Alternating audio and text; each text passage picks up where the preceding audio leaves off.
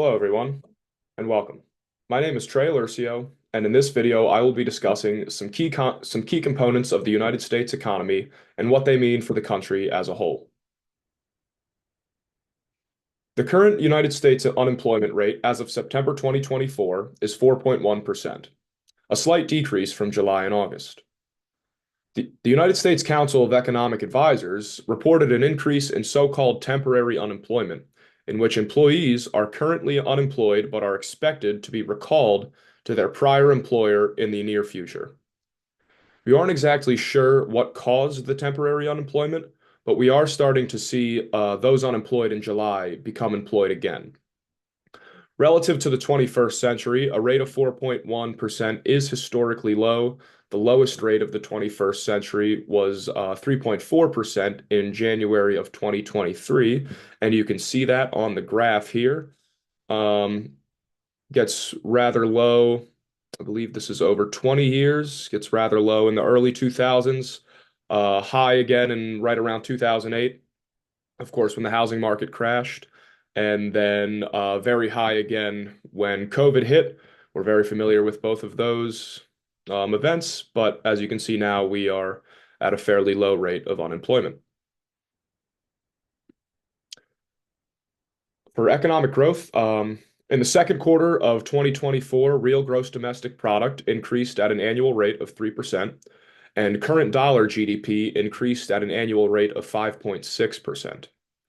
Consumer spending played a key role in both increases. We are currently in a state of expansion after recovering from the recession caused by the COVID-19 pandemic. The United States economy is presently healthy and is expected to remain at a similar growth rate.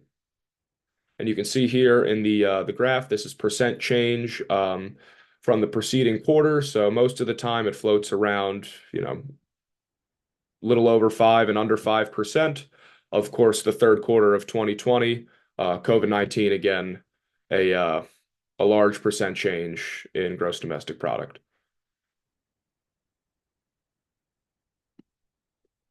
All right. Inflation. The current inflation rate in the United States is 2.5%, which is a great improvement. It's the lowest the rate has been since February of 2021. The Federal Reserve targets a 2% inflation rate for the United States economy, so we're almost on the number. With the inflation rate being fairly low, the Fed has started to cut, as of September 2024, the Fed has cut interest rates down by 0.5%, and they're now turning their focus towards unemployment. Low interest rates typically raise inflation in the long run, but they can also stimulate economic growth, which is, of course, what we're trying to achieve. Many U.S. citizens will still complain about the inflation in the country, given regardless of the rate, just because as of now, prices of goods and services are still very high post COVID and the inflation spike of 2022 and 2023 when it got above 9%. So prices are still recovering from that, but the inflation rate itself is now down to a very appropriate level. All right. Okay, and for our country's current accounts, in the second quarter of 2024, the U.S. experienced an account deficit of $266.8 billion. This indicates that we do, in fact, import more than we export, so we're in a deficit. Account deficits are not always a bad thing and are actually common among developed and bigger countries. Deficits aren't problematic either as long as they're sustainable. In order to achieve a sustainable deficit, the deficit can't cause any significant economic changes.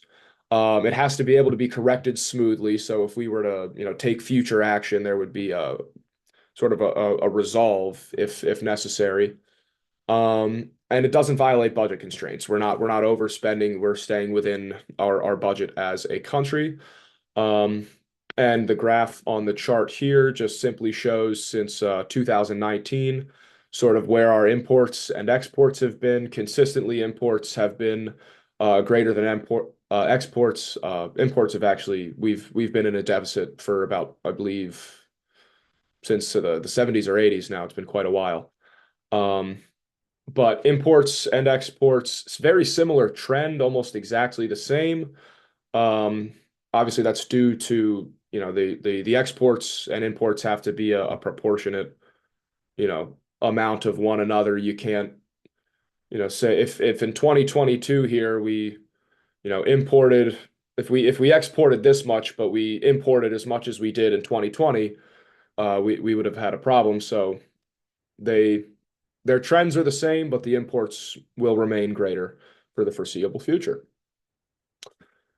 All right, and that is it for our economic topics. To conclude, excuse me, the U.S. economy is in a very healthy state right now.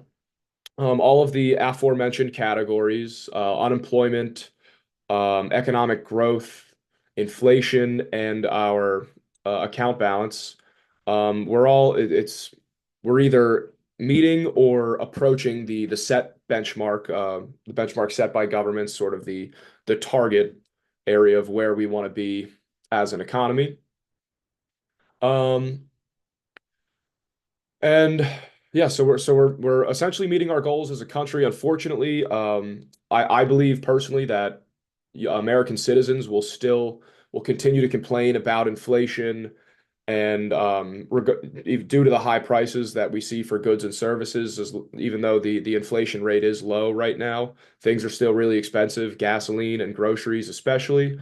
So I think once we start seeing maybe a bit more of a fair price at some of the absolute necessities, I think the American citizens will start to sort of get more on board. But as far as economic measurements go, the U.S. economy is doing quite well. All right. Well, thank you very much for watching and have a great day.